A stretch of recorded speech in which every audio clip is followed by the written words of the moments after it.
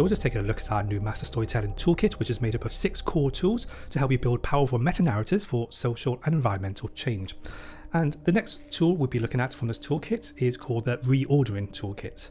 And this is a deceptively simple toolkit, but has profound implications for the way we do everything in our work.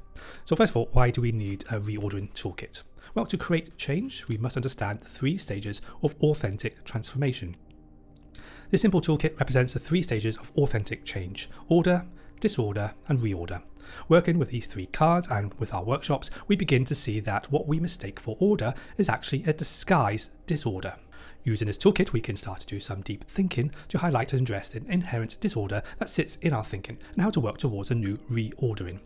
In our training program, we use this methodology to unpick and understand some of the deep problems we all face, and also to overcome some of the deep assumptions we all make and we don't question, which has huge implications for our ability to bring about meaningful change on the issues we really care about. And this really comes into its own when we're trying to understand human motivation. This toolkit really comes alive when we apply insights from neuropsychology, where we show that what we mistake for order is actually the bias of the left hemisphere thinking. The left hemisphere likes to break everything down, put it into categories and boxes, and only pays attention to the things that it sees. And these things are only given value when they serve a utility or give us power or pleasure. Everything else the left hemisphere pretty much ignores. This results in a highly distorted worldview. And this distorted worldview we have falsely characterized as order, but it's not. So all our campaigns, initiatives and programs tend to, according to the left hemisphere, express extrinsic motivation, all geared towards an extrinsic purpose, which is usually a measurable outcome, and tends to utilize extrinsic values in order to achieve our goals. As the left hemisphere is blind to the interior aspects of the self, especially values, purpose and meaning, as it only tends to deal with explicit things, we tend to run campaigns according to its logic, towards deliverable goals and achievable outcomes, forgetting about inner transformation, cultivating the right values, how to work with the higher stages of motivation, and all these other interior aspects that are essential for creating long-term behavioural and cultural change.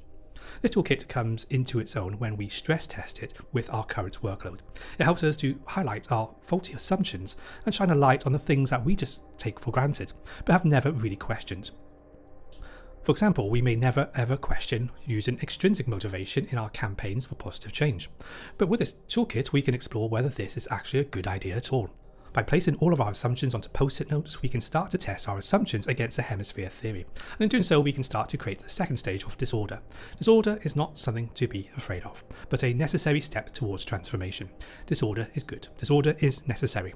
Without it, the reordering process can never take place. This third stage requires our imagination. We can't think our way to the reorder stage using our current experiences. We have to imagine something new over here in this third stage. And I've seen this happen so many times in the climate movement, especially where there is a general recognition that the strategy of doom and gloom messages don't really work. Instead, we need to turn to positive messages to inspire people into positive change. You can see the logical jump here, but there's been no deep thinking on the bigger questions and assumptions about what motivates us for long-term change. We've just replaced one extrinsic motivation type for another extrinsic motivation type. Nothing has really changed. This toolkit is deceptively powerful and can help you overcome some big thinking traps in your work. To find out more, we explore and use this toolkit in our main Master Storytelling training program, so check out our website to find out more.